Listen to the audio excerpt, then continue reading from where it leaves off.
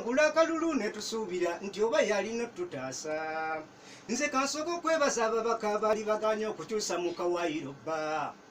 Mwe mwali baziira abaffe ne mugaana n'enguzi okugirya mwali beesigwa nnyo.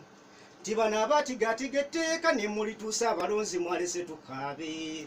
Mwe ne mutunda n'abato abakulu naye Mukama abalaba nange mbaatulidde. Gwe buli mpampagamakkiriza n'omusota gwayo naffe tubateze wansi. Kati sukaali waawa n'abanaku twamuvuddeko okubanga mwamutumbula ebbeeyi. Nze neekwasa basawo eka nti bamungobako ebirwadde bye nnina nkuyanja. Sabbulenya twaziryanga kati tulya fire nga bw'oba n'olusanvu engege ogula 10 ababaana enkya ne bawunya enva. Ogwo omuceere n'ennyama okubiri yatulinda pate sinakindi mufu ku kyalo.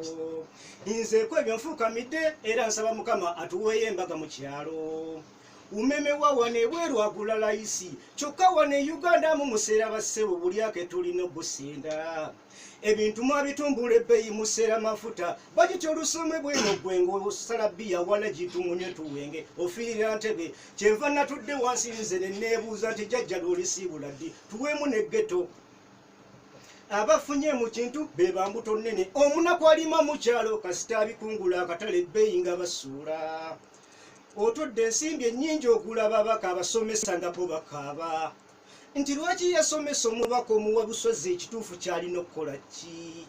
Ate lwaki omusawo w'eggwanga afuna layisi nga yaleera obulamu bwaffe? Kati nno kwekyo weekube mutima nkusaba ssebo oteere ssente ozimpe ez'embalirira nze nninyisa omusaala gwabwe.